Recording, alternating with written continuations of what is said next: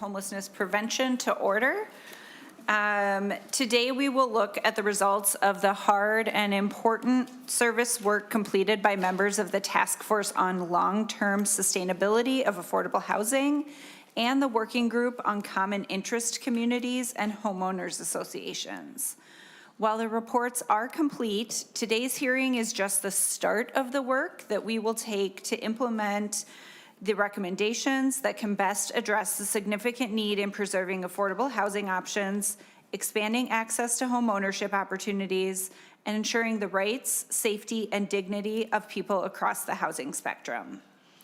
Presentations of the reports will follow the same format. So first, an overview from LCC staff, testimony from the appointed members of each group, and discussion among the Housing Committee members on the recommendations presented in each report.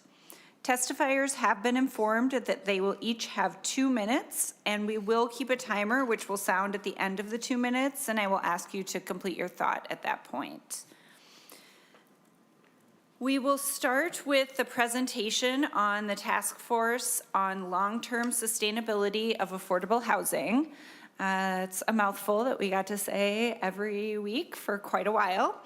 While I invite to the table Ms. Evelyn Weiner from the LCC, I want to make a note about the origin of the Task Force on Long-Term Sustainability of Affordable Housing. In 2024, a group of advocates and providers in the affordable housing space approached Chair Howard in the House and myself to talk about the incredible challenges they were facing in the provision of their necessary service. We did what we could by appropriating funds to help stabilize some of these providers, but we knew it was both not enough and a short-term Band-Aid to a problem that was increasing in severity after decades of disinvestment in affordable housing and the pandemic drastically shifting conditions for renters and providers. So in addition to the one-time funds, we created this task force to look at the problem holistically from all sides and with a diversity of voices to explore long-term paths to stability. As shared in the report's narrative statement, these are broad, systemic issues, and the recommendations are the beginning of continued attention and action to enact new policies and secure additional investments. And with that, Ms. Weiner, if you could please begin your presentation. Thank you, Madam Chair. Yes, my name is Evelyn Weiner. I work for the Legislative Coordinating Commission in a research analyst capacity, and I was responsible for staffing the Task Force on Long-Term Sustainability of Affordable Housing.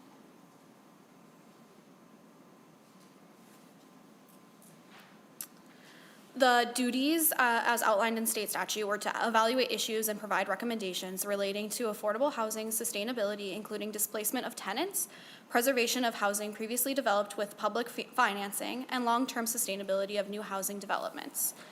Within that, it was to assess underlying financial challenges to develop, operate, and preserve safe, affordable, and dignified housing, including factors that are leading to increasing operating costs for affordable housing providers, including insurance, availability and rates, labor costs, and security costs. Factors that are leading to declining revenues for affordable housing providers, such as loss of rent and vacancy issues, and the potential impact of the loss of housing units under current conditions, including preservation needs of federally rent-assisted properties and tax credit developments with expiring contracts. Also, to evaluate current financing and administrative tools to develop, operate, and preserve safe and affordable housing, including public and private financing programs and the availability of funding as it relates to overall needs, and administrative tools, including underwriting standards used by public and private housing funders and investors. To evaluate financial or asset management practices of affordable housing providers and support for asset management functions by funder organizations. To recommend potential solutions to develop and preserve safe and affordable housing, including additional funding for existing programs and administrative tools, any new financial tools necessary to meet current financial challenges that cannot be met by existing state and local government or private program and administrative tools, including new uses, modified implementation, or other improvements to existing programs, and best practices for changes to financial or asset management practices of affordable housing providers and funders. To address other topics as identified by task force members during the course of its work, and to consult with other organizations that have expertise in affordable rental housing, including entities engaging in additional external stakeholder input from those with lived experience and administrators of emergency assistance, including Minnesota's tribal nations. The task force membership was comprised of a co-chair structure, which were Senator Port and Representative Howard, as well as designees from a lot of different community organizations, including the Minnesota Multi-Housing Association, the Greater Minnesota Housing Fund, the Commissioner of Commerce, Minnesota Housing Partnership, Insurance Federation of Minnesota, Metropolitan Consortium of Community Developers, Commissioner of Minnesota Housing, Twin Cities United Way, Family Housing Fund, Association of Minnesota Counties, and Minnesota Bankers Association. The task force had multiple instances of public engagement during this process, primarily through presentations, which were given by James Lenhoff, the Assistant Commissioner for the Multifamily Division at Minnesota Housing, Peter Brickwetti, the Senior Director of Climate and Insurance Sustainability at the Minnesota Department of Commerce, as well as Ellen Solly and Andrea Brennan, the Presidents of Family Housing Fund and Greater Minnesota Housing Fund. We also received testimony by Corey Strong, the Tribal Liaison at Minnesota Housing, as well as written testimony by the Minnesota Consortium of Community Developers, Homeline, Housing Justice Center, Minnesota Housing, Twin Cities Housing Alliance, and Association of Minnesota Counties. One other exercise that the task force underwent was a panel discussion with providers. So Elizabeth Flannery, Chris Sherman, and Deidre Schmidt were a part of that panel discussion. The key issue areas identified by the task force were finance, financial policies and programs, administrative policies and programs, systems change, and insurance. Although in the final report they're not broken out into those categories, I felt like that was helpful to guide how the recommendations came out. So the recommendations in the finance, financial policies and programs category were for the task force to recommend the Minnesota Legislature to partner with Minnesota Housing, nonprofit housing leaders, tenant rights organizations, and Minnesota renters to coordinate 2 evaluations. One, to evaluate permanent supportive housing and deeply affordable housing models and potential flexibility and regulatory requirements of existing affordable housing. The other was to research options and develop recommended changes to QAP scoring and other recommendations or options to provide increased financial or operational flexibility for housing providers. The second recommendation was for Minnesota Housing and local suballocator jurisdictions to amend current qualified allocation plans for the allocation of low-income housing tax credits, to revise selection criteria structure and consider what additional changes are required once evaluations of 100% permanent supportive housing and integrative permanent supportive housing models are completed. Recommendation number 3 was to have Minnesota Housing develop a policy framework to support the sustainability of regulated affordable housing assets as a strategy distinct from new construction, traditional preservation strategies, and the preservation of naturally occurring affordable housing. The framework should define 2 distinct preservation strategies for the stabilization of regulated affordable housing and the existing strategy of preserving federally assisted affordable housing. The 4th recommendation, to have Minnesota Housing develop, revive, or implement new state strategies, tools, fundings, resources, and processes to address the stabilization of regulated affordable housing. Local public funders should use local resources, including but not limited to SAHA and LAHA, to develop and implement similar programs. Programs, tools, and resources must be administered in a way that is responsive to the specific stressors in the marketplace.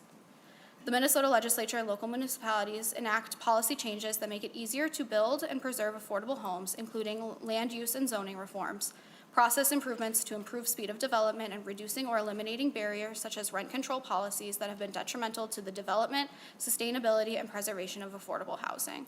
Recommends state and local support for existing and new rent subsidy programs and resources to ensure that low-income Minnesota residents can afford a home. The Department of Public Safety to convene public safety leaders in Minneapolis, St. Paul, Hennepin County, Ramsey County, Metropolitan Transit, select Greater Minnesota cities and counties, and individuals with lived experience to develop and implement a demonstration project. Minnesota Housing, or a designated entity, track key performance indicators related to the health of affordable housing industry. Within the administrative and policies section, there are 4 recommendations. The first is to close deals faster, review models and identify opportunities for industry-wide processes, staffing, approval, and funding structures to get projects closed faster. Establish target time goals for closing and report publicly on success of meeting the goal. Affordable housing projects can include asset management fees in the underwriting costs. the retooling of underwriting standards to reflect expected future economic conditions and modify underwriting policies to move from 1.0 debt coverage ratio in year 15 to a minimum of 1.10 or 1.15. Examine the current operating expenses and consider historical operating expenses across the total portfolio of publicly financed projects to set the underwriting policies for new projects, such as vacancy loss and replacement reserves. Recognize and fund the operating deficits of the new underwriting policies create. Work across the funding partners to create transparency in underwriting standards. Policies need to be dynamic to ensure they account for the current economic environment and need to include the mechanism to fix recently/previously underwritten projects where revenue and expenditure assumptions are no longer valid. And to reconsider incentivizing leverage of other public resources in the competitive funding of capital housing investments. Within systems change, there are 5 recommendations. Adequate service funding to be paired with capital funding for PSH units to help ensure full funding for services at a level that matches the need of the proposed tenants and aligns with the public priority populations. Minnesota Housing and DHS to partner and align eligibility and documentation requirements for formerly homeless households and where possible and give clarification to lower barrier strategies to meet eligibility requirements. Additionally, state agencies and compliance organizations will provide training on low barrier practices to get people housed. State agencies to make self-certification clear as an acceptable practice for formerly homeless people. Granting authority to and strengthening the operating capacity of the Interagency Stabilization Group to collaborate among funders to support both preservation and stabilization of affordable properties. Increasing funding for statewide affordable housing aid to enable counties flexible funding to stabilize affordable housing based on local needs and priorities. Encouraging and/or incentivizing local affordable housing aid recipients to pool programs to maximize impacts on the highest priority needs within the affordable housing system and alleviate fragmentation of resources and multiple funding applications across so many jurisdictions. Finally, there were 2 recommendations that came out of the insurance subgroup. To direct the Department of Commerce and the Minnesota Housing Finance Agency to partner with affordable housing providers in the insurance industry to collect data on the state of the insurance market for affordable housing providers. The agencies should gather information about the health of the market, insurance rates, variations of insurance and financial underwriting, and other practices of insurers, and assess unique aspects of the insurance market and practices that impact affordable housing providers, and assess responses to this issue in other states and at a national level. The Department of Commerce is directed to compile a report and submit to the House and Senate Housing, Finance, and Policy Committees and the House and Senate Commerce Committees with learnings and recommendations for potential changes in law or regulatory practices that promote equity, consistency, transparency in the insurance market for affordable housing providers. And finally, to direct the Department of Commerce to partner with the Minnesota Housing Finance Agency, affordable housing providers, and the insurance industry to assess the benefits, cost, and feasibility of state-based financial support to mitigate excessive insurance premium increases, as well as to protect affordable housing providers that may be at risk of losing insurance coverage. And I will take questions on any of the administrative or facilitation pieces. Thank you, Ms. Weiner. Members, do you have questions on the recommendations at this point before we go to testimony from the committee, from the task force? Thank you so much.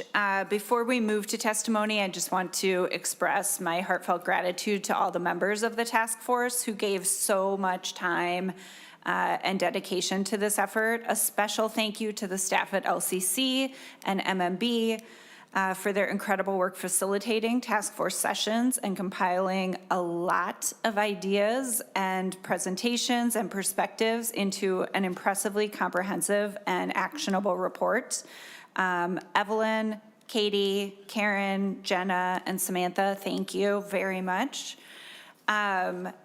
We will now move to testimony from the committee or from the task force, and we'll start with Nancy Cashman from City Center Housing. Good afternoon, Chairport and committee members. I'm on the Zoom today. I want to thank you for this opportunity to speak with you today. I'm the Executive Director at Center City Housing, and we are a nonprofit and have over 1,000 units in Greater Minnesota. This includes Duluth, Rochester, St. Cloud, Bemidji, and Inver Grove Heights. I was chosen to be a member of the task force as a Greater Minnesota provider. Our portfolio includes deeply affordable, and permanent supportive housing. Our primary focus on housing is for homeless households with high barriers to long-term housing success. So the work of the committee touches each of our properties in some way. Since the COVID and now with the chaos of the federal government, there's been ongoing stress to our organization and many other nonprofit property owners and property managers. If we as a collective can't maneuver our way through the current environment, the state is at risk of losing very needed affordable and supportive housing across the state. In our supportive housing, we are right now most vulnerable in losing funds for supportive services and the front desk. The projects just don't work without those two components. The report recommends that service funding be paired with capital funding for permanent supportive housing units to ensure full funding for services at a level that matches the need of the tenants. I strongly support that idea. I'm here today to offer my support for the report. The report focuses on the need for long-term sustainable solutions to ensure that all Minnesotans have access to safe, stable, and affordable housing. And Center City Housing is also just really grateful for all the support we have received from the state through multiple departments. The state staff are amazing and work very hard to support the work we do. They understand the people we house, and as a state, we cannot afford to lose any housing, especially affordable and deeply affordable housing, and I think this report is a good guide for moving forward. Thank you very much. Thank you so much, Ms. Cashman. Next, we have Joe Abraham, and after that will be Shannon Smith-Jones. You can make your way up to the table as well. Nice to see you, Mr. Abraham, in person this time. Good to see you waist up. Madam, Please introduce yourself for the committee and then present your testimony. Great, thank you, Madam Chair, and good to see many of you members of the committee. My name is Joe Abraham. I'm here representing the Minnesota Multi-Housing Association, but I'm also a private operator. I've been in the business about 25 years. We own and operate apartments in the metro area, house a couple thousand people, all naturally occurring affordable housing. So I hope the committee finds the recommendation of the task force useful. Everyone was really committed to the process and we really put the time in, but as was said in the intro, the hard work is really, what you face now. The challenge of assessing the feasibility of this report and implementing is now the difficult task. Several members of this task force and their organizations that they represent were on Governor Dayton's task force several years ago. And unfortunately, I don't believe enough of that work resulted in meaningful action. I am concerned that this work could face some of the same fate. Now, I don't really think I have enough time to discuss a lot of the details on specific recommendations, though I'm happy to do that at any point. So I think what I'm going to do with my time today is I'd like to implore this committee and the legislature as a whole to start their work by developing a comprehensive, collaborative, statewide approach to how we look at housing policy. Minnesota has a very rare resource, I've said this about 1,000 times, that other states do not enjoy, and I don't think people will believe me. We have a very, very high percent of local ownership. They're engaged developers and operators. But I think largely this advantage has been squandered, particularly at the municipal level. In this business, 94 cents of every dollar of rent is used to cover expenses. Of that remaining 6% of profit, that needs to cover your monthly principal reduction and any long-term capital improvements. Now, that's the breakdown under normal circumstances. We're not under normal circumstances, and we're not in a normal economic environment. So until we start working together on reducing the cost to operate housing, we'll continue to be on the wrong track. And not only will we not solve the shortages, but things, in my view, are going to get much, much worse. Most regulatory activity only improves housing for those on the margins, while increasing the cost significantly to all rental housing. We are having trouble attracting interested investors, and with every new regulation, the risk of investing increases and the costs to operate continue to climb. If this state is committed to developing and preserving affordable housing, we have got to form a public-private partnership, and with both public officials and operators committed to the long-term health of our state. Remember, local operators. Creating favorable pro-housing policy will unleash private investment to stretch public funding and ensure the feasibility of housing development and preservation. Thank you so much for listening. And my extra 10 or 20 seconds are going to Ellen Slahi because she needs a few extra. Thank you. Thank you, Mr. Abraham. Ms. Smith-Jones, welcome to the table. Please introduce yourself for the record. After Ms. Smith-Jones will be Jesse Hendel and then Scott Cordes. Welcome to the committee. Please introduce yourself and present your testimony. Great, thank you. Thank you all for your attention to this matter. My name is Shannon Smith-Jones. I'm the Senior Vice President of Community Impact at Greater Twin Cities United Way. I am also the former Executive Director of Hope Community, where I was the Executive Director there for 6.5 years. I am a task force member and also a member of Minnesota Housing Stabilization Coalition. One of the examples I have is the Dundry. When I was the executive director at Hope Community, this was housing that was for 25 units of folks coming out of long-term homelessness. Initially, our ask was for $200,000 to help with operations of that building. We were having problems with community safety, keeping up with maintenance. We had just put $2 million into that building 2 years previously, and we were watching all the external impact factors impacting that building. We were unable to get those dollars. As a result, that building burned down, and some of the things that were troubling. So that means we lost 25 units of folks deeply affordable coming out of long-term homelessness. These recommendations will help address many of the providers in this state that are making sure that our families that need it most have the resources available to them. I want to make, the distressed property data report just was released today, and this demonstrates that these challenges were not unique to Hope, that they are pervasive across the sector. I want to underscore for recommendations in particular, number 3, 4, and 12. Our previous speaker talked about the acuity levels of our residents matching the needs for supportive housing. This is really a big deal when you have residents coming into housing that do not have the services that match their needs. It is creating a burden on our housing providers in a way that is unsustainable and is creating further problems. So thank you for your time. The recommendations are highly thought out with some of the best thinkers that are doing housing in this state. I appreciate your time. Thank you very much for your testimony. Ms. Hendel, welcome to the table. Up next is Scott Cordes, and after Scott will be Ellen Slahi. Please introduce yourself for the record and present your testimony. Good afternoon. Thank you for having me, committee. My name is Jessie Hendel, and I'm the Executive Director of Alliance Housing. Alliance Housing is a Minneapolis-based nonprofit organization that builds and manages deeply affordable housing for people with very low incomes. We were founded in 1991 in response to homeless community members seeking more housing options. Today, Alliance owns and operates 336 homes in Minneapolis, serving more than 500 people a year. The committee heard recently from one of our residents, Tyrone, who was able to find stability he needed to get sober and build a new life for himself. Tyrone lives at our Minnehaha Commons property. It's stories like Tyrone's that keep me working on these issues.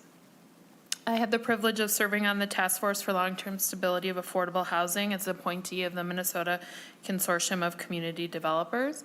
Alliance is an active member of the Housing Stability Coalition. I'd like to share with you today that Alliance recently made a difficult decision to close a 27-unit building in South Minneapolis intended for individuals experiencing housing instability. This building we had acquired in 2001 was an old mansion, and since its opening had served 1,200 individuals as a step out of homelessness. This was a very hard decision for our small nonprofit, but in the end, I had to recognize that the stability of our organization and the ability to continue to serve our residents in other buildings was at risk due to the level of financial reserves we were having to put into this one building.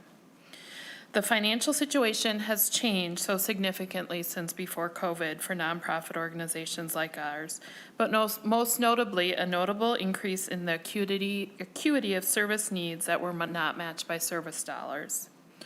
I'd like to note that Minnesota Housing has been a really strong partner in helping Alliance through this closure process, including debt forgiveness. I'd like to raise up today the importance of the distressed property data report that you each received. It was released today and demonstrates a number of the issues Alliance in particular has struggled with. I think our experience underscores the importance of developing an overall policy for recapitalization and developing new tools to maintain the critical affordable housing we have now. I'd like to underscore the importance of recommendations 3 and 4, developing a policy framework, including new tools to support maintaining our existing stock of affordable housing. Thank you for your time. Thank you very much, Ms. Hendel. Welcome to the table, Mr. Cordes. Please introduce yourself for the record and present your testimony. And then if after you and Ms. Sally's testimony, if you just want to stay at the table in case there are questions. Thank you. Good afternoon, Madam Chair, members. My name is Scott Cordes. I'm Chief Operating Officer at Project for Pride in Living, a nonprofit affordable housing operator and service provider based in the Twin Cities. Thank you for the opportunity to speak about the really great work that came out of the task force process. My comments will focus on an important and little understood piece of context that helps further inform our current challenges and the recommendations designed to address it. Most publicly funded affordable housing projects are designed to sufficiently cash flow for 15 years, even though affordability requirements remain in place in Minnesota for 30 years or more. Before the pandemic, about 60% of our portfolio had positive cash flow, and newer buildings in our portfolio were able to offset the losses in older buildings. In 2024, only 25% of our properties had positive cash flow, and the losses in older properties were substantially greater than they were before the pandemic. Put simply, the math doesn't math. Our experience is consistent with our peers both locally and nationally, as highlighted by the newly released distressed property data report that you've heard other testifiers speak about. And addressing this challenge will require innovative and flexible solutions in the face of limited resources. I'd like to highlight 3 impactful and low-cost concepts included in the recommendations that help address this math challenge. 1, recommendations 3 and 4 are designed to create greater flexibility around how public resources may be used to help ensure a building remains solvent and provide greater flexibility and affordability levels for aging buildings when adequate resources aren't available.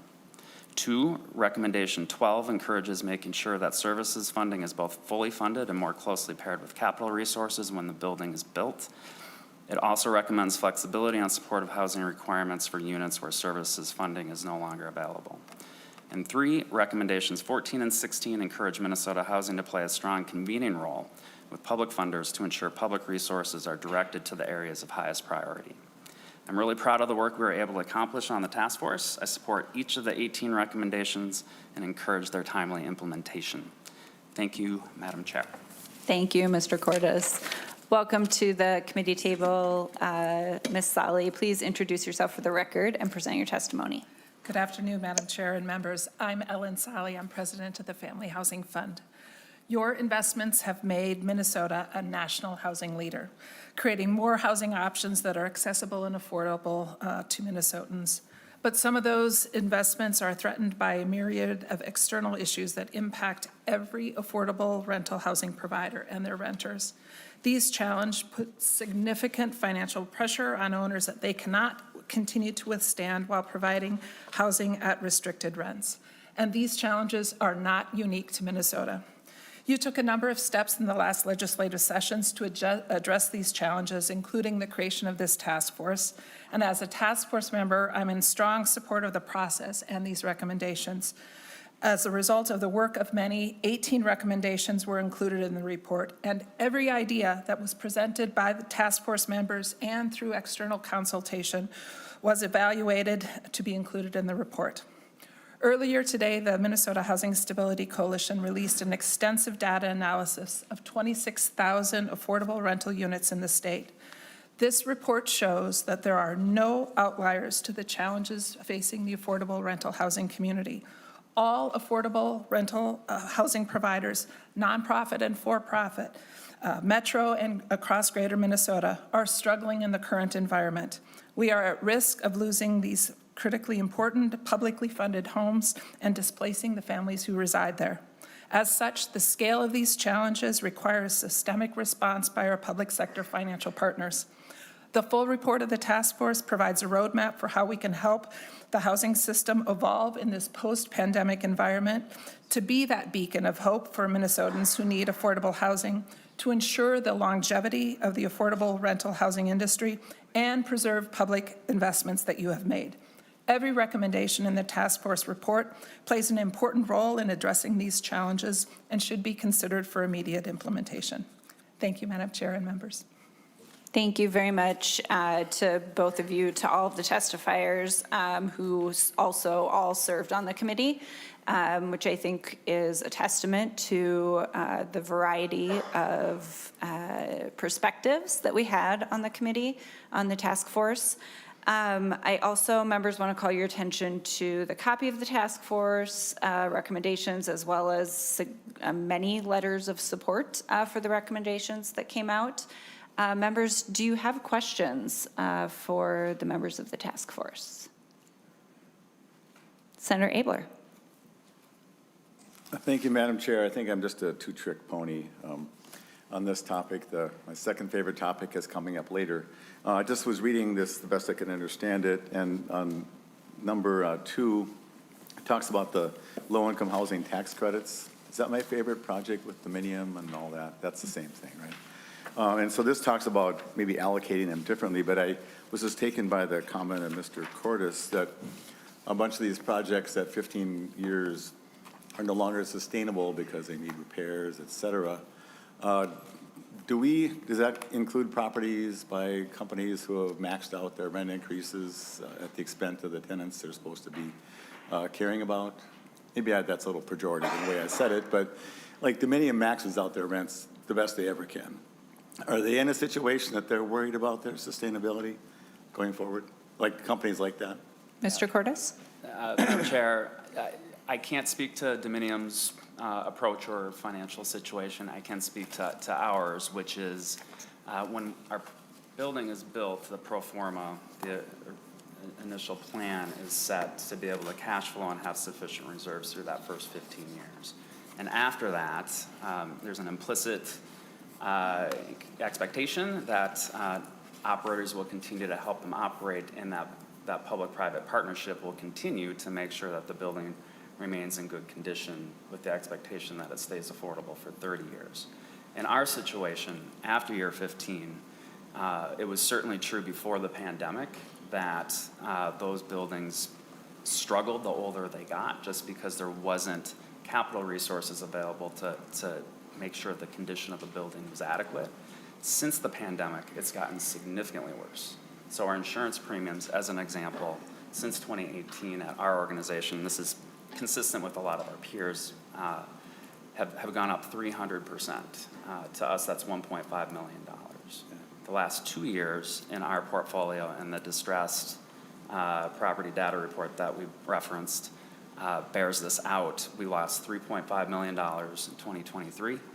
In our property portfolio, we lost $3.5 million in 2024. In our property portfolio, and those conditions are expected to continue in large part because of the broader environment that other testifiers have talked about. Senator Abler. Well, thanks. I won't take it very long, but so it sounds like you're kind of a sensible, thoughtful operator.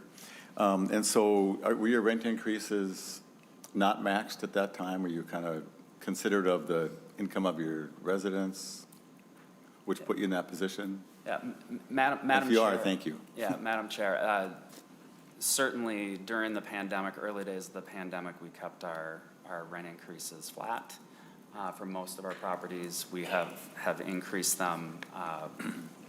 We review our increases every year and try to strike that balance with residents to ensure that we're doing right by the residents that live in our building, but still being able to make the building work financially. And the bottom line is that's just getting really hard to do.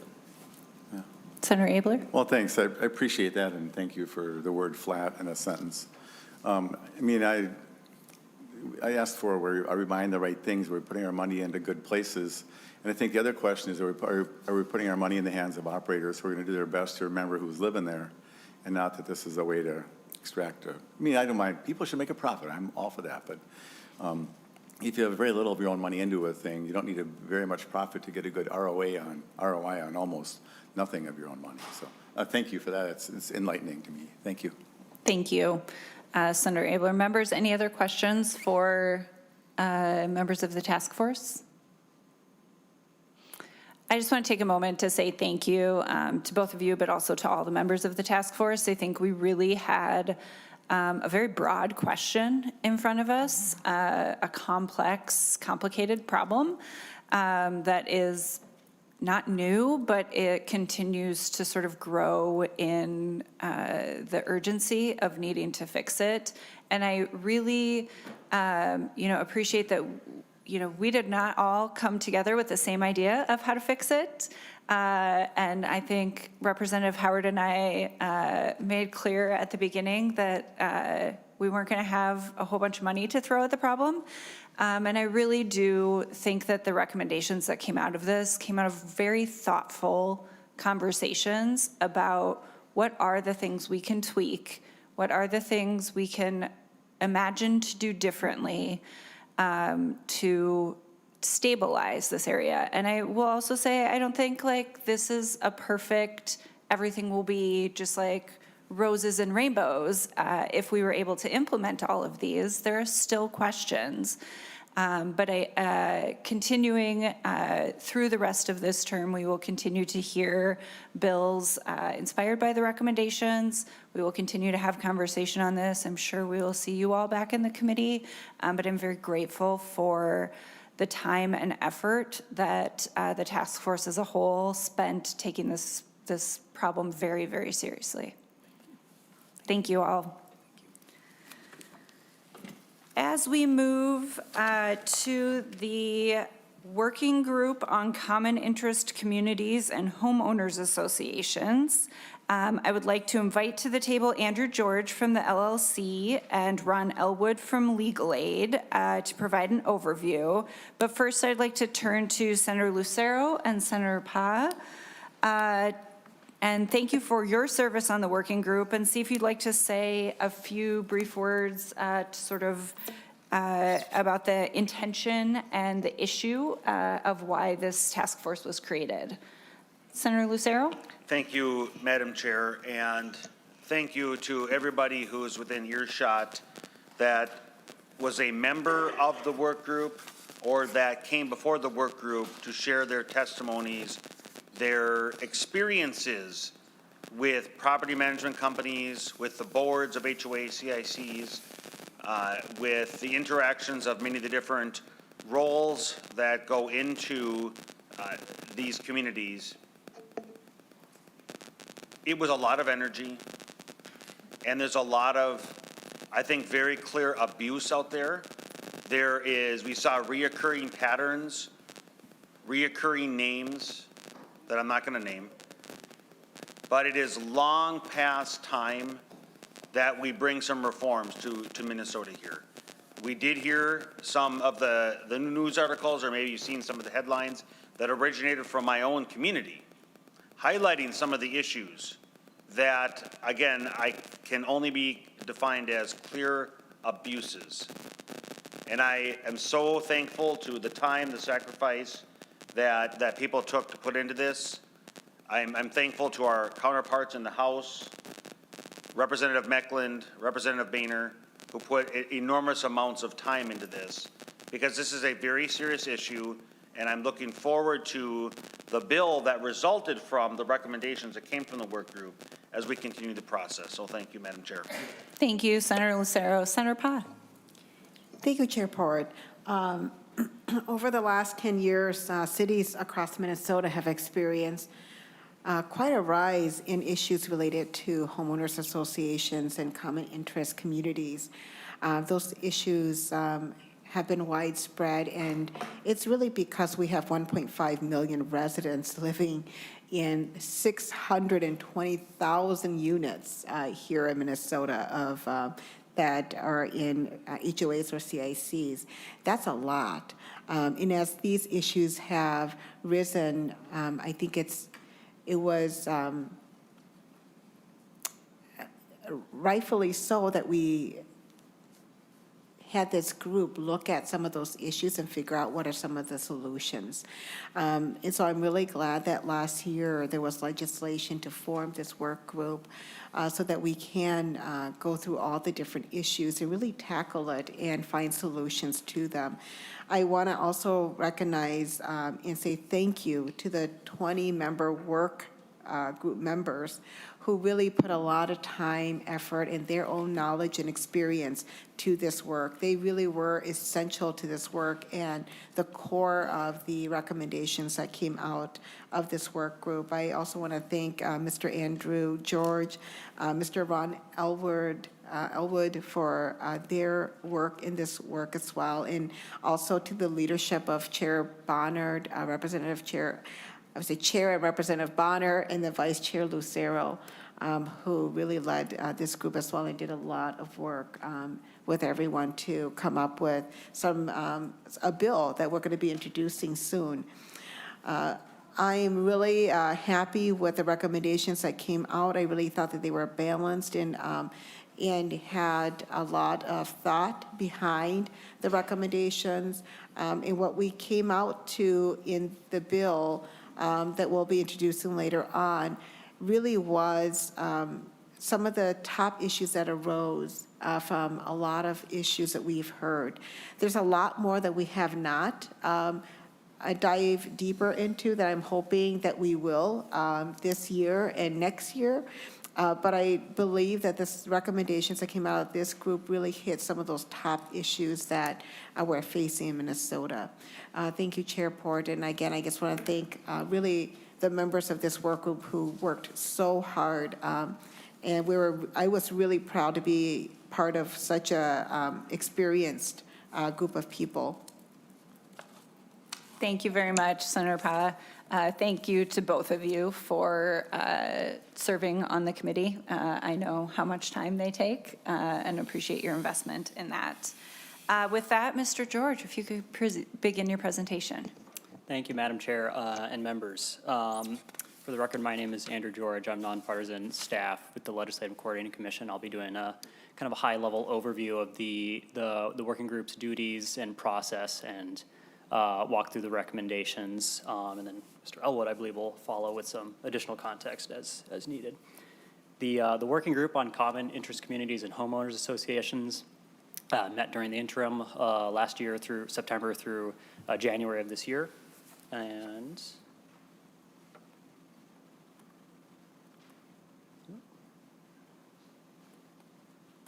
there we go.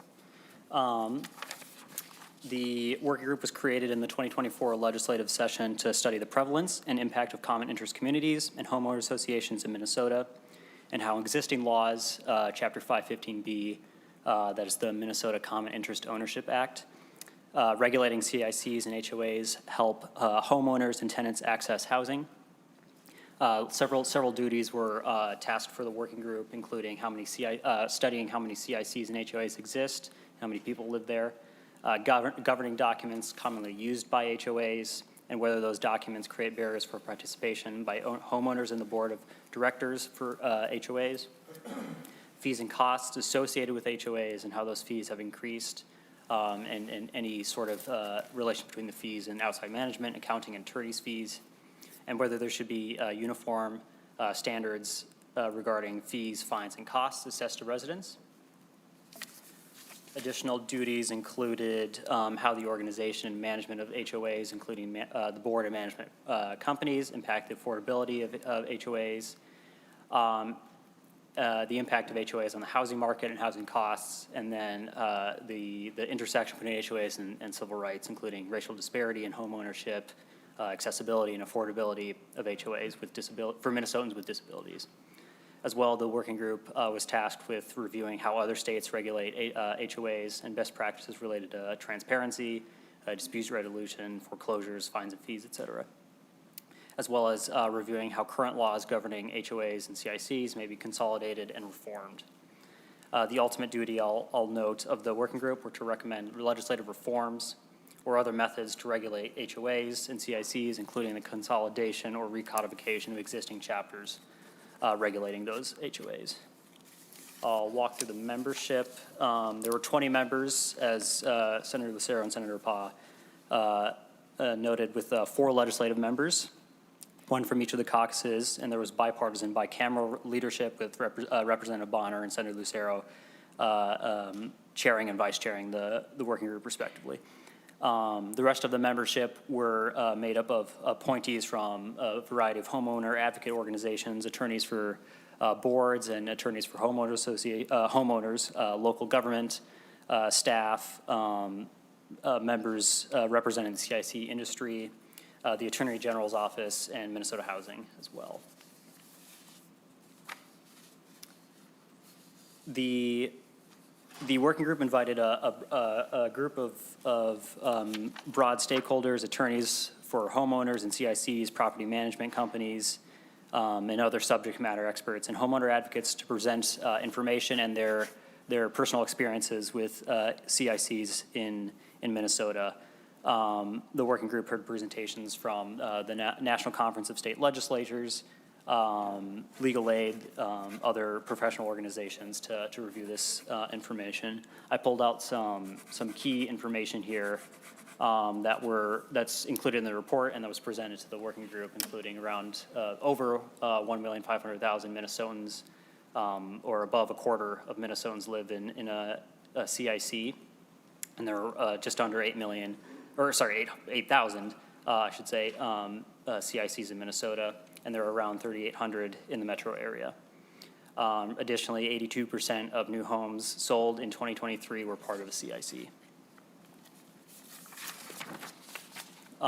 From the working group meetings and presentations and discussion, 8 issue areas were identified, including governance, and that includes board elections, open meetings, access to documents, dissolution of CICs and personal freedoms, financial interests, including financial reporting, insurance and reserves, and then dispute resolution, registration and licensing, including as well as education, assessments, including general and special assessments, and fines and fees, foreclosures, municipalities, and civil rights and disabilities.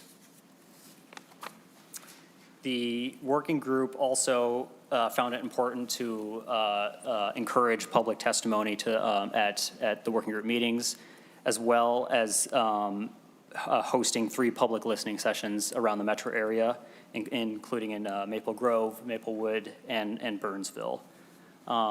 Various issues that were recurring in public testimony included CIC conflicts of interests, including instances of kickbacks from vendors to property management companies, board transparency, attorneys' fees involved in fines and fees, rules and regulations of the board, of the HOAs, lack of oversight of insurance companies, insurance in general, lack of board experience and board training, and ability and open meeting, transparent meetings, and the ability to speak at meetings. I'll get now into the recommendations, the final recommendations of the working group.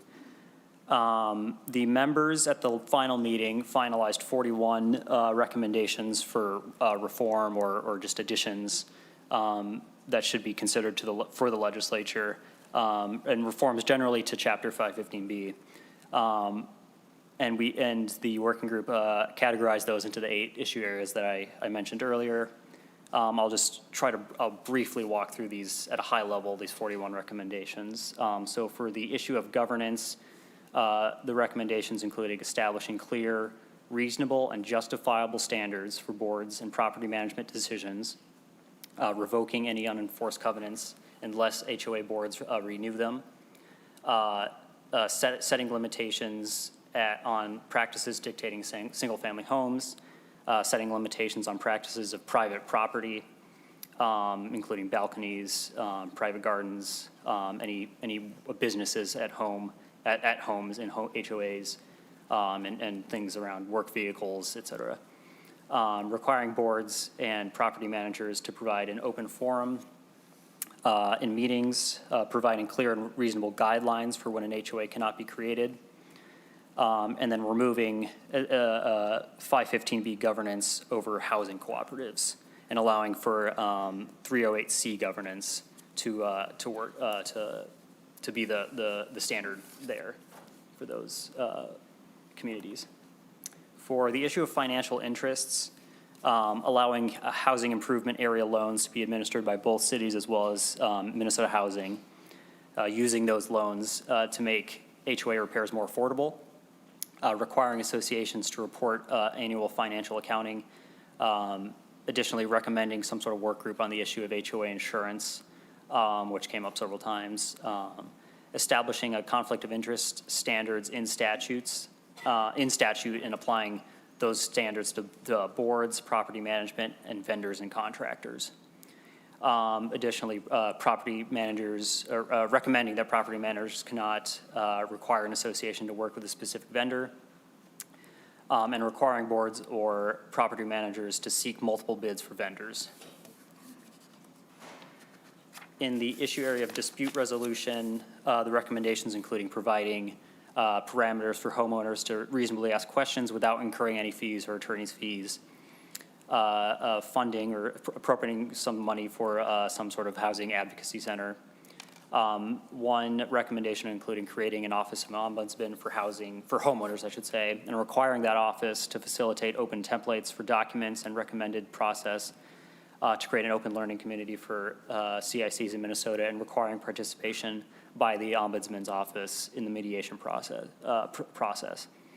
Additionally, overseeing some sort of database, a wiki that houses educational materials and resources for CICs, and recommending a way for homeowners to resolve disputes apart from attorneys in the courts. For the issue area of registration and education, the working group finalized recommendations to require CICs to provide information to anyone without charge about their rights and responsibilities within the association, requiring the licensing of HOA association managers, and then creating some sort of public database, including all associations, property management companies, and boards members housed and listed with the Secretary of State's office.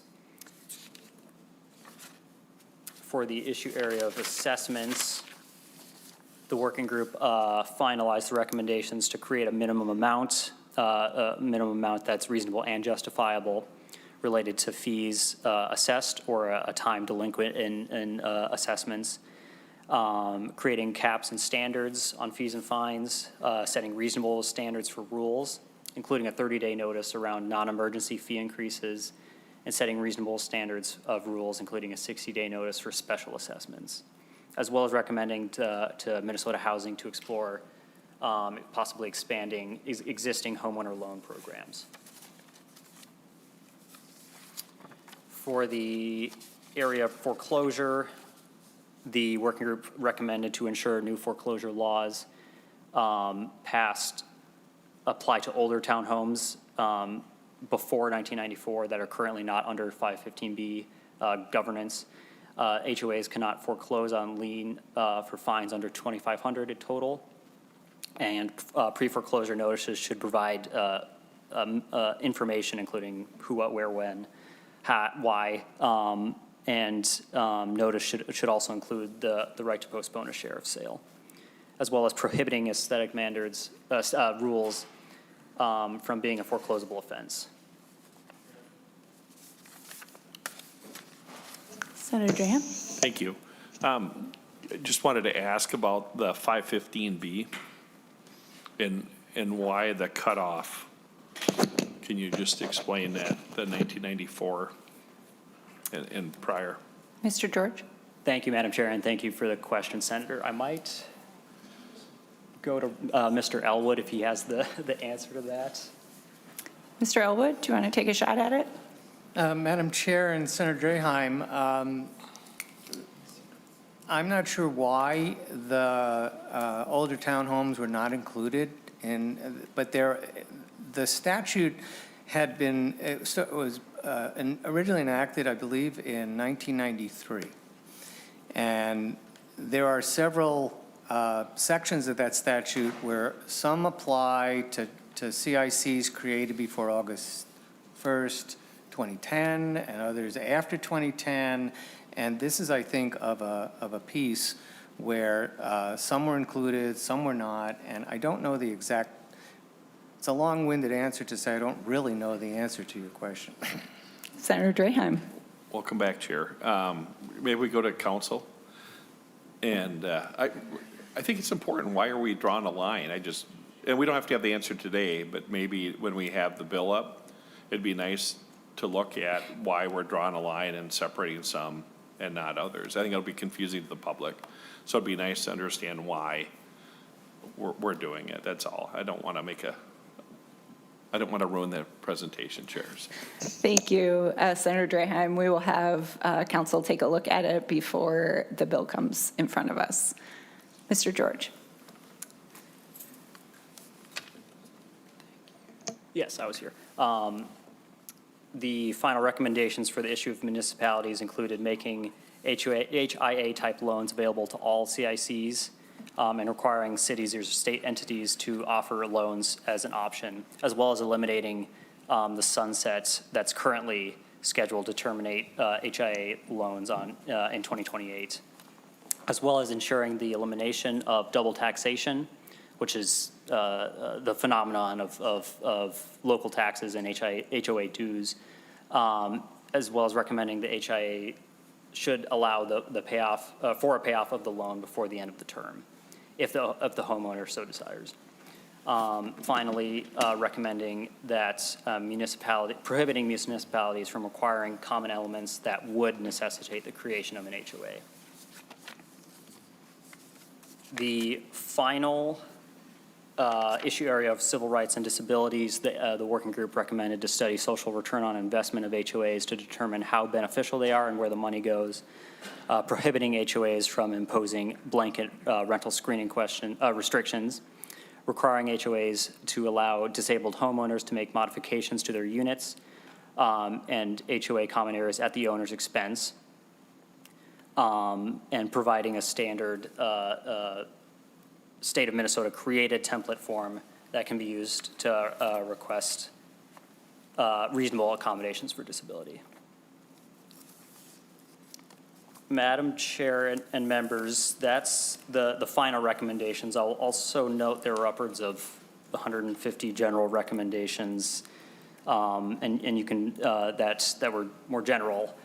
These 41 were finalized for the report at that final meeting. You can find all those recommendations at the working group website. With that, Madam Chair, I can take any additional questions on the process or any of those final recommendations. Thank you very much, Mr. George. I believe we have a new friend at the table who might be able to answer that last question. If you want to introduce yourself for the committee and take a shot at it. Thank you, Madam Chair. My name is Phaedra Howard. I'm an attorney who specializes in representing homeowners associations and was part of the working group. The reason why that date was because we had a statutory scheme starting in the early 80s for condos, which was Chapter 515. Then that was replaced by 515A in the later 80s, and then and those only applied to condos. So it was not until we adopted the version of the Uniform Common Interest Ownership Act that applied it not only to condos, but also townhomes and cooperatives. So that became effective for new associations that were created on or after the effective date of June 1, 1994, and then also applied to those older condominiums because they had already been under a statutory structure, but did not apply to the older townhomes that had not previously been under a statutory structure unless they amend their documents to opt into that structure.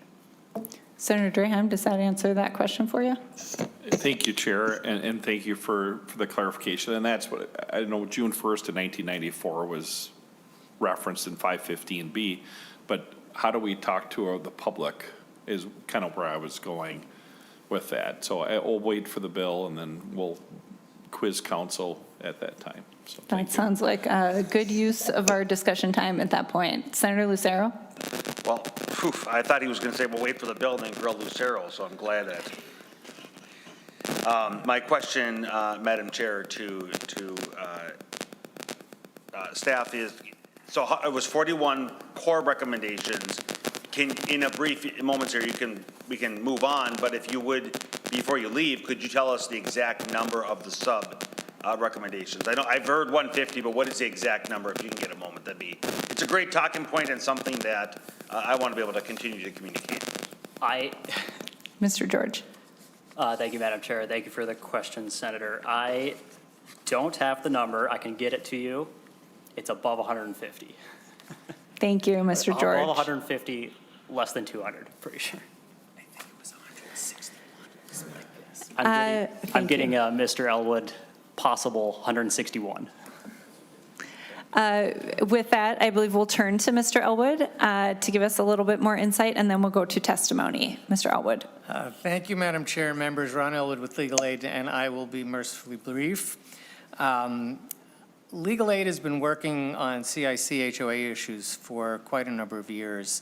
Not only have we consulted with the Minnesota Homeownership Center, which, as you know, runs the foreclosure prevention program for the state, but also we just have had clients that come directly to us who are eligible for our services and who are also facing foreclosure, and we're helping to try to save their homes.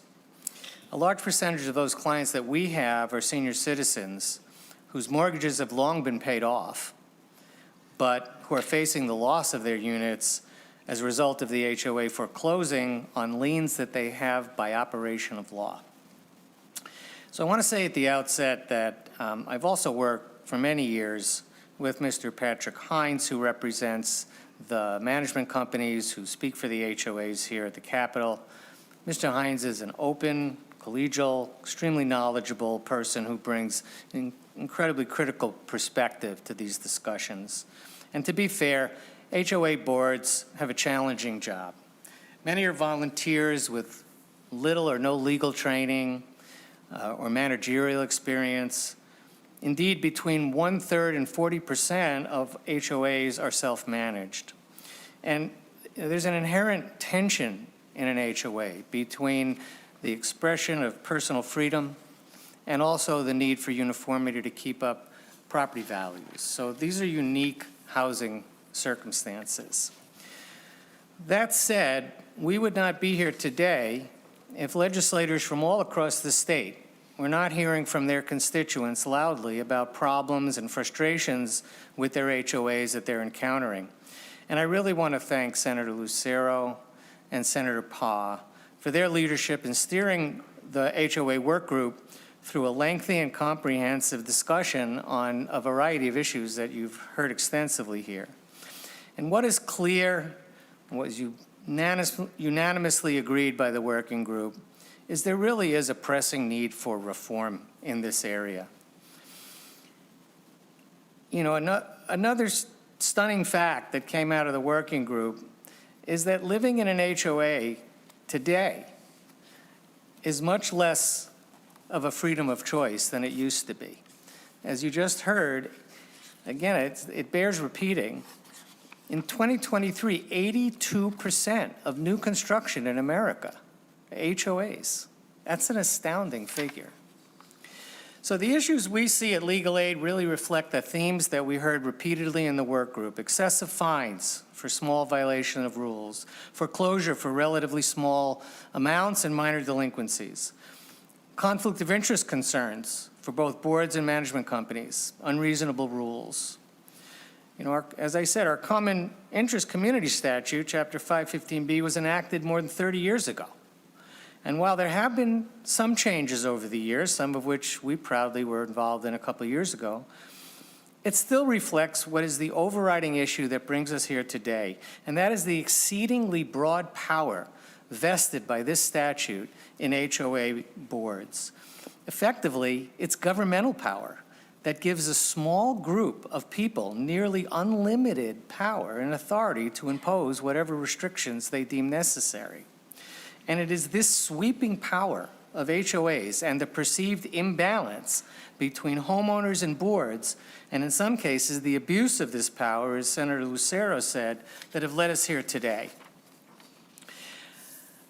I think that many of the recommendations will do some real good, and I have been privileged to be a part in working in part of these legislative conversations and the formation of this working group, and I'm hopeful that the hard work of this group will lead to common sense reform that should solve many of the problems while striking the appropriate balancing of the interests. But of course, the devil is always in the details, and that's coming next when you hear the bill that will come before you soon. But in my view, many of these recommendations should become law. And if they do, will go a long way to alleviate the frustration that many homeowners have expressed to you all and to us and to the variety of advocates about the HOAs, and help to better balance the scales. For instance, creating uniformity regarding fines, more transparency about the fines and the fees. What are they? What can you be fined for? How much? Clear conflict of interest standards, the requirement that rules be reasonable, establishing a threshold amount and a minimum period of delinquency before an HOA can even begin a foreclosure, clarifying that all homeowners have a right to speak at board meetings. You'd think that would be obvious, but it isn't. And establishing a common interest community ombudsperson to help resolve complaints and serve as a repository of information and a resource for both homeowners and boards alike. I really appreciate the opportunity to work with Senator Lucero, Senator Paul, the working group, and I am happy to answer any questions that you might have. Thank you, Mr. Elwood. Members, any questions before we go to testimony? Okay, thank you, gentlemen. First up, we have two virtual testifiers. First, Ivory Taylor and then Becky Cole. Ivory Taylor, if you would please turn on your camera, unmute, introduce yourself, and begin your testimony. And just a reminder to testifiers to try to keep your testimony at 2 minutes. You will hear a beep at that point, and please wrap up your thoughts at that point. Thank you. Can you hear my audio? Yes, we can. Thank you. Wonderful. Good afternoon, Chair Port and honorable members of the Housing and Homelessness Prevention Committee. My name is Ivory Taylor, and I'm a member of the Working Group on Common Interest Communities and Homeowners Associations.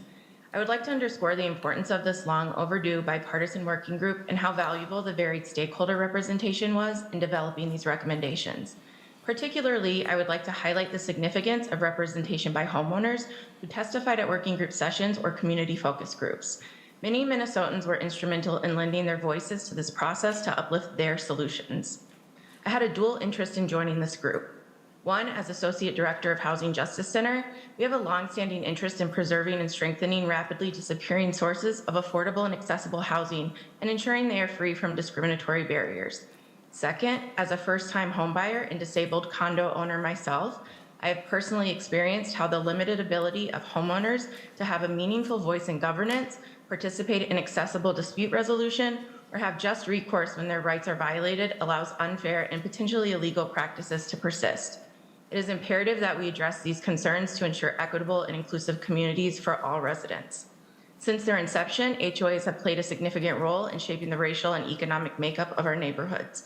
Although explicit racial covenants were outlawed in 1948, modern HOAs often maintain exclusivity through more subtle means, such as excessive fees and fines, and selectively enforced and often legally dubious rules that may discriminate against protected classes or limit freedom of expression. Additionally, a lack of accountability for collective governance often fails to balance the interests of the community with those of individual homeowners, undermining due process, equal protection, and fair dealing, and ultimately impeding the rights of Minnesota's homeowners. The proposed recommendations include changes which address these and many other important issues. These much-needed updates will bring Minnesota in alignment with states across the country who have recognized a need to reform a system which serves as a vital source of housing for Minnesota's seniors, disabled and first-time homebuyers, families, and low-income residents from all backgrounds. I encourage you to pass these reforms in their entirety and let the voices of countless Minnesotans seeking change be the interests most present in your decision-making. Thank you for the ability to testify and the honor of serving on this working group. Thank you very much, Ms. Taylor. Next up, we have Becky Cole, also joining us virtually. Becky, if you'd turn on your camera, introduce yourself and present your testimony. And after Ms. Cole, we have Jonathan Murray. Good afternoon. My name is Becky Cole, and I'm a homeowner. And I also hear often from other homeowners across the state. Current law doesn't require HOAs to be run with sane, sound business practices that would never be tolerated in any other business or industry. And it gives the power to take away homes to people who aren't even required to know how to tie their shoes, with no accountability for their conduct either. It sets homeowners up for exploitation without any real good way to deal with it. For example, embezzlement isn't wrong when it comes to an HOA. Human Rights Office won't get involved when an HOA is involved. Police are limited when there's an HOA involved. Courts offer little or no recourse for a homeowner when an HOA is involved. Municipalities won't protect homeowners when an HOA is involved, but majority of the time they're the ones who have created these special neighborhoods. Attorney General has logged over 30,000 complaints in 2 years, but won't get involved when there is an HOA.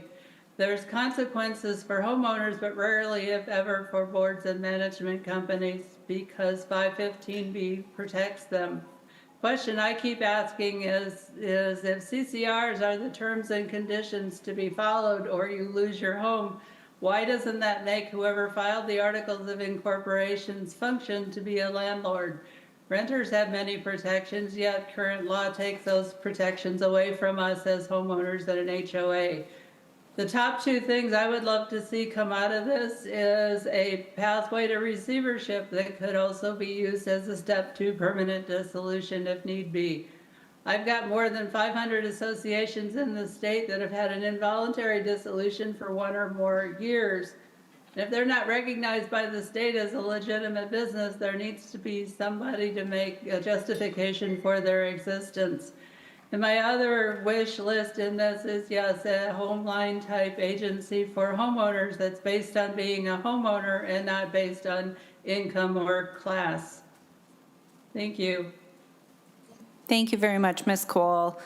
Jonathan Murray.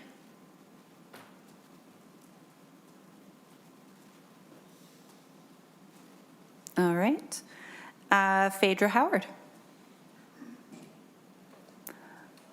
Welcome back to the committee, Ms. Howard. Please reintroduce yourself and present your testimony, and after that, we will have Roxanne Young-Kimball. Thank you, Madam Chair. Again, my name is Phaedra Howard. I am an attorney with more than 23 years' experience practicing in the area of community association law. I primarily represent homeowners associations, but I do also represent homeowners against their associations. I did submit some written testimony that I hope you will take a look at. I want to point out, I think there were some major flaws in this entire process. There was no representation on the working group by any homeowners who serve on their board of directors in an association. I think that is a vital voice that we need to be hearing from that was excluded from this entire process. So we're having a situation where, we're trying to decide what's best for these associations, and we're not hearing from the people who are running them. I liken that to trying to decide the fate of Ukraine without inviting Ukraine to the table. I think that's really a bad process. Additionally, a lot of the discussions were very one-sided. We didn't seek or listen to or hear from the other sides of any of those stories where we heard people complaining about their associations. And I'm not here to say that every association is perfect. Far from it. However, we need to look at the statistics that were presented in the report. Overwhelmingly, across the country, people who live in associations are satisfied or highly satisfied with their association. So what we're really looking at is a small group of people, and I'm not saying we shouldn't protect them from abuses, but we also need to not damage the other homeowners in associations for the benefit of that small group, especially when people in that small group are the ones that are not following the rules, that are not paying their assessments and making things difficult. There's a lot of harassment and abuse that happens where we're not protecting the board members who are also homeowners. We need to remember that. So they are subject to the same rules, they are subject to the same assessments that everybody else is.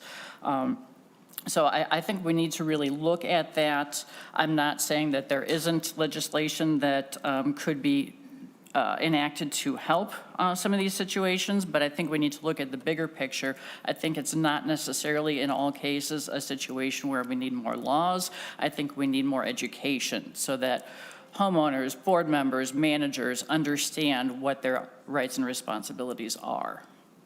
So I heard the beep, so I will wrap up. Thank you. Thank you very much, Ms. Howard. And finally, we have Roxanne Young-Kimball. Welcome to the committee. Please introduce yourself and present your testimony. Good afternoon, Chairport and members of the Senate Housing and Preventing Homelessness Committee. Thank you for the opportunity to provide comments on the final report of the Legislative Working Group on Common Interest Communities and Homeowner Associations. It's quite a mouthful. And for the opportunity to serve on the working group. It was educational and compelling. My name is Roxanne Young-Kimball. I'm the president of the Minnesota Homeownership Center. We serve as an intermediary for the state of Minnesota and provide training, technical support, and advocacy to further equitable access to homeownership. In this capacity, we work with 30 nonprofit and government entities across the state, helping individuals stabilize their credit, prepare to qualify for a mortgage, purchase a home, and prevent foreclosure through housing counseling services. HOAs play a key role in creating pathways to homeownership. According to the Minnesota Realtors, in 2024, the median sale price for a condo and a townhome was $200,000 and $300,000 respectively. And for a single-family home, it was $355,000. HOAs and CICs, when they're properly managed, can enhance community connections, improve housing affordability, and foster democratic engagement. However, through our work with the housing counseling community and participating in the working group, we heard troubling stories of HOAs that are not functioning as intended. In some cases, HOAs are being used to exclude, discriminate, or operate unfairly. As policymakers, I urge you to listen to the voices of your constituents and craft policies that protect HOA members' basic rights. These should include transparency in HOA and CIC operations, access to fair dispute resolution, protection of basic freedoms, disclosures of conflict of interest, and a right to dissolve an HOA and CIC. I look forward to supporting legislation that upholds these essential rights and protections for homeowners across Minnesota. Our organization is committed to supporting the task force recommendations and is actively pursuing funding to develop and deploy an educational curriculum that outlines the unique roles and responsibilities for home purchase in an HOA or CIC to accompany our home stretch homebuyer education curriculum throughout the state. Thank you very much for your consideration. Thank you very much, Ms. Young-Kimball. Members, that is the end of the testimony. Questions, comments, thoughts? Senator Lucero. Thank you. Okay, I'm going to change microphones. How's that? All right. Thank you, Madam Chair. And thank you again, just reiterating how appreciative this process has been. And thank you to Senator Pa and others as we continue the process. The bill has been introduced. It's Senate File 1750. But one of the things that I want to reiterate is that the group itself, the work group, as we heard, was already 20 members. And that was consistent of a broad cross-section of many different stakeholder groups. In addition to the work group itself being a member, there was also incredible testimony from multiple people, including current and former board members on HOAs. This has been a very transparent and as broad a process as we can. In addition to meeting, was it every 2 weeks roughly, we also, as was mentioned, had remote location opportunities for people to come in so we could further hear their voices. And so I just want to put out there that I reject any assertion that this was skewed or flawed or anything in that regard, because we were as transparent, open, and welcoming of every voice possible. And I don't know what we could have done to get more testimony or more voice in the process. Moreover, in addition to the introduction of the bill in the Senate, I've been trying to work with and be as transparent with other stakeholders by proactively sending out language, draft language, soliciting feedback to try to incorporate that in the first version of it. But it doesn't end there. Even though the bill has been introduced, I very much have my door open and am continuing to work with these stakeholders as we draft and put amendments in the committee process. So the conversations are continuing. The feedback is very much welcomed in this continued process, so we can try to get the best piece of legislation possible. It's not going to be possible to address over 150 recommendations. That's not possible. But we are going to accomplish what we can. And I very much, in fact, I hope Mr. Elwood will send his a copy of his testimony, because I'm going to maybe take some of the lines in there were great. It's a start, and I try to write as fast as he could, or as I could in his testimony. Exceeding and sweeping powers, it's common sense reform, and alleviating the frustration and balancing the scales. And that's what this is all about, balancing the scales. Every one of these pain points is a balance. It's a tug of war, and we have to do what we can to be reasonable by balancing the multiple competing forces. So thanks again, Madam Chair. Thank you, Senator Lucero. Senator Abler. Senator Pa. Well, thank you, Senator Abler, and thank you, Chair Port. I want to just say thank you so much to Ms. Taylor, Ms. Cole, Ms. Howard, and Ms. Kimball for coming today and testifying, but really for all the work that you guys did during the work group.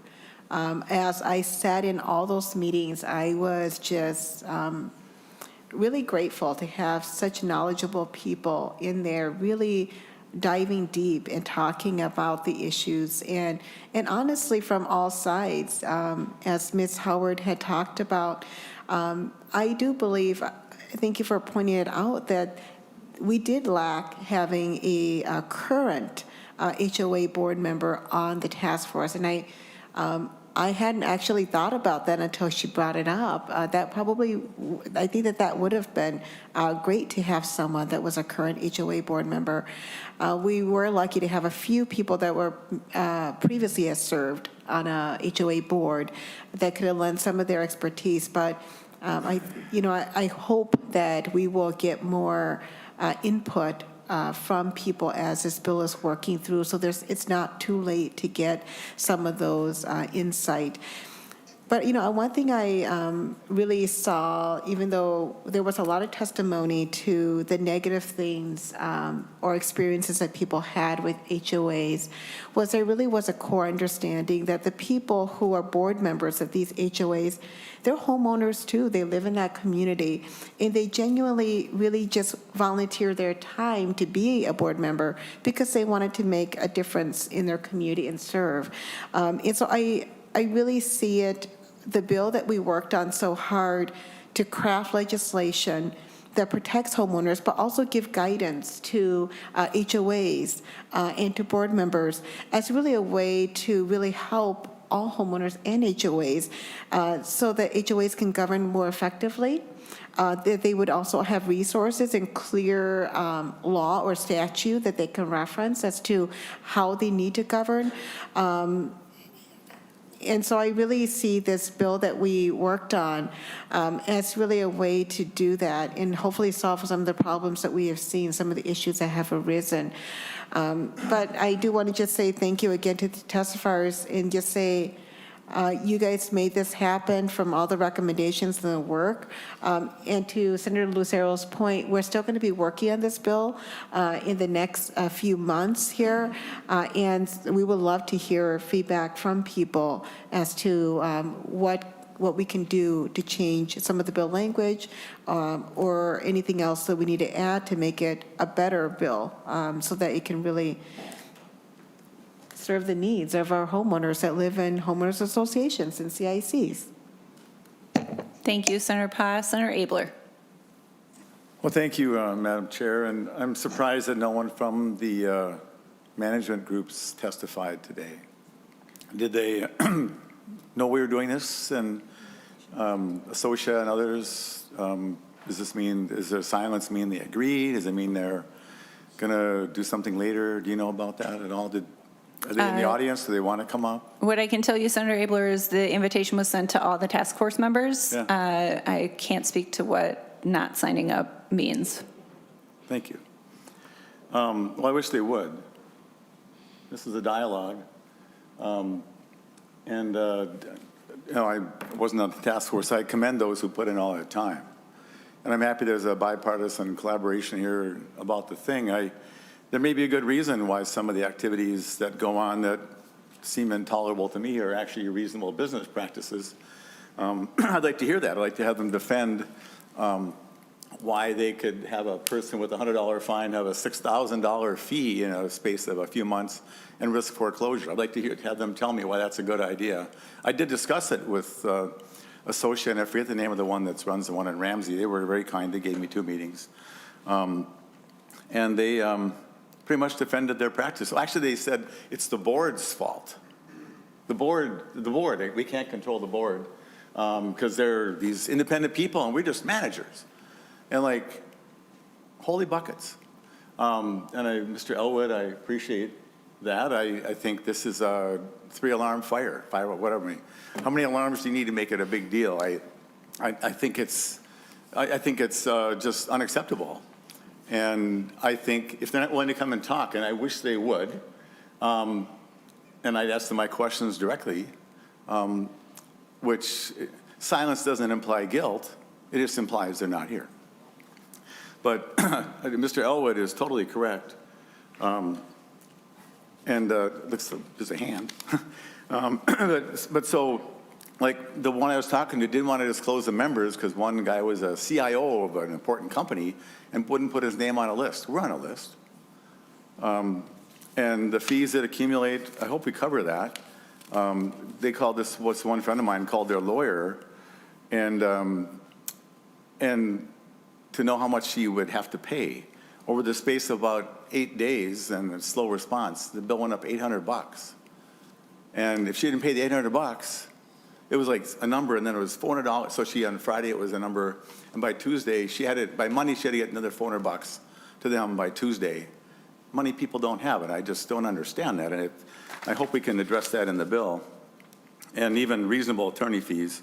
Hopefully that's not an oxymoron, but there should be some limit to what you should be able to get for a phone call and an inquiry, some of which should be free. There should be a retainer or something.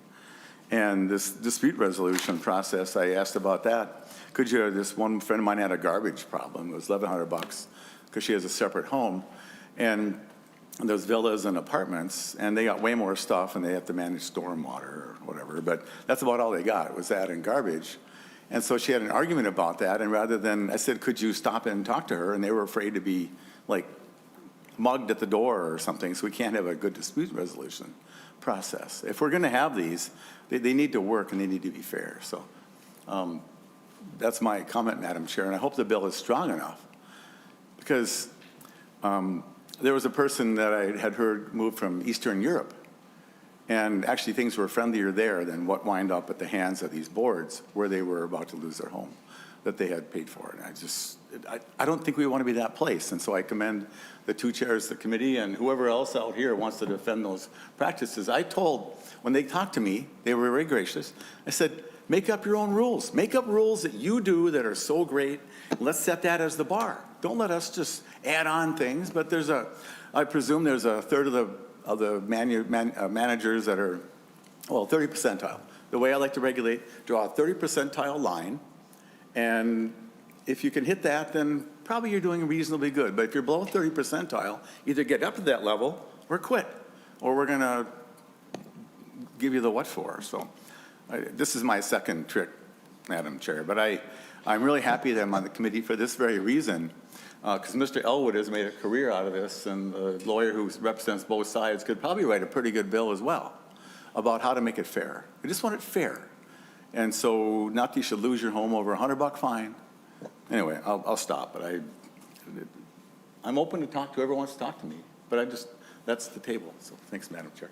Thank you, Senator Abler, and we will have more discussion as this bill comes before us, but I think both Senator Lucero and Senator Pa had remarks in response to that. Senator Lucero. Thank you, Madam Chair, and I sincerely appreciate Senator Abler's perspective and passion on this. And he actually mentioned something which motivated me to raise my hand again. He brought up a good point that I neglected to address so far, and that is the dispute resolution. There is a minor, I shouldn't say minor, there is a provision, what I would characterize as a non-comprehensive provision in the Senate file for dispute resolution. But there is another bill, an ombudsman bill, that's being carried by Senator Marty that I'm a co-author on, and that there are some unknowns that are involved in that, and that's why it is in a separate bill. That ombudsman provision is not as part of this bill. So I just wanted to highlight that too, that there are a few other bills that are related to this topic that are also moving, that as we move in the legislative session and we get some budget targets and get some fiscal notes back, we'll see what things cost and we can potentially incorporate that in as well. But then I see Senator Pa raise her hand. I'm hoping she can address the database piece, which is yet another bill. Thank you, Senator Lucero. Senator Pa. Thank you, Chair Port. And thank you, Senator Abler, for bringing up some of those points. They're very valid, that there has been some concerns, and so the concerns that you brought up are things that we have heard. Senator Marty is working on a bill to establish an ombudsperson's office that would do mediation, then would also provide resources to homeowners associations and homeowners. And so that bill is still being worked on. There in the policy bill that we have, that Senator Lucero is chief authoring, is there is an internal dispute resolution procedure or process that we're requiring that all HOAs must establish, so that there be some internal dispute resolution pathway, so it's transparent, people know what that process is, and right now that isn't something that homeowners associations are required to have. This will be able to help with homeowners being able to question certain fees that they're being assessed, or question assessments, or question anything without being fined or charged. And then if they are fined or charged, that there's a dispute resolution process that's clear and transparent that they can go through in addressing those things. And then the second part, of course, is the ombudsperson's office that we want to establish. That would be a mediation. So if internal dispute resolution did not work out, it was not resolved, the issue was not resolved through that they can also take it to mediation through this office. And so I'm hoping that that will address a lot of issues without homeowners having to take it to court in order to just get find a resolution, or for HOAs and homeowners to be able to talk to each other to find that resolution. The other thing I want to address is Senator Abler brought up a really good point about unreasonable fees and fines and charges, and we know that that exists. We know that most homeowners and homeowners associations try to talk about some of these issues, or at least homeowners associations try to provide things to homeowners as needed. But there are some homeowners associations that do actually charge homeowners for all kinds of things that are unreasonable. So we're not saying every homeowners association does this, okay, by any means. We're just saying that the ones that do, let's put up some guardrails, let's put up some guidance in law that says you cannot do this, and that is would be unreasonable. So like homeowners that would ask for documents, whether it's governing documents or financial documents, can sometimes be slapped with a fee and a charge for that.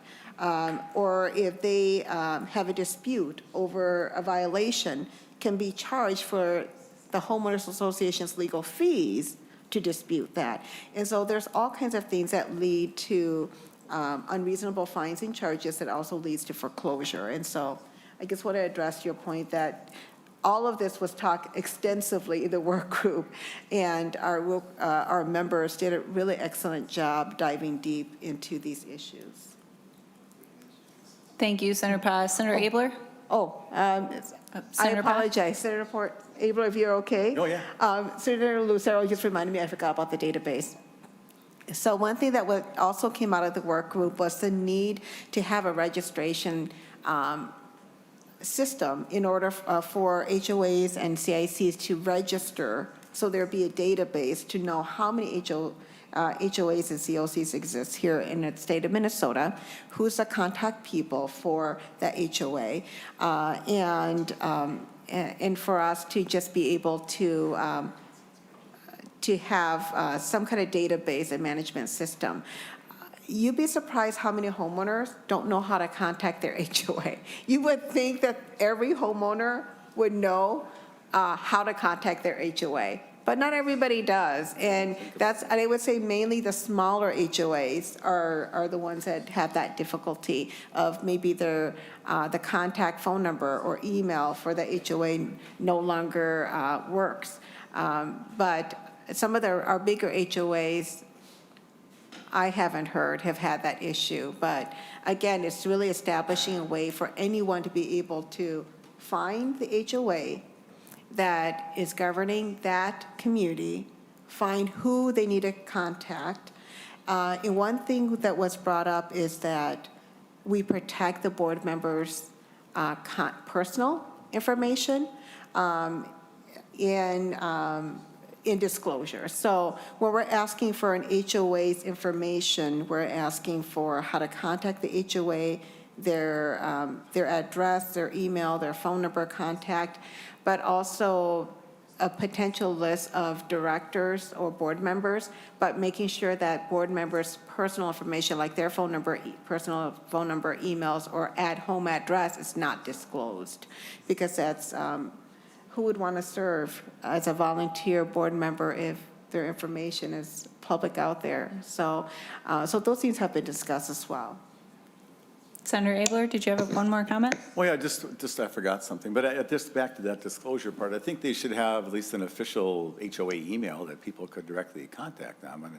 But in this group, they wouldn't even disclose the names, and people don't think about it. They just want to live in their house. And it came up like, well, you knew you were moving into an HOA thing, and that's made me think of this other deal. So you should know. No one knows about this stuff till they come into trouble about it. Like, what did I do, you know? But so in the case of the Ramsey one, the developer, which I think was a good developer, left a bill owing of $70,000 or $80,000 that had to be recouped by surprise by the new directors. And I don't think that developers should be allowed to walk away leaving a bill owing by the people. If they've done a bad job of managing it, well, then it's not fair. I mean, I don't know how they went into a deficit, but just another thought. And so I appreciate all this, and I'm calmer now, but this friend of mine doesn't have any money. So she went from arguing about an $1,100 bill at Christmas time, this was in December, the foreclosure was gonna be December 15th.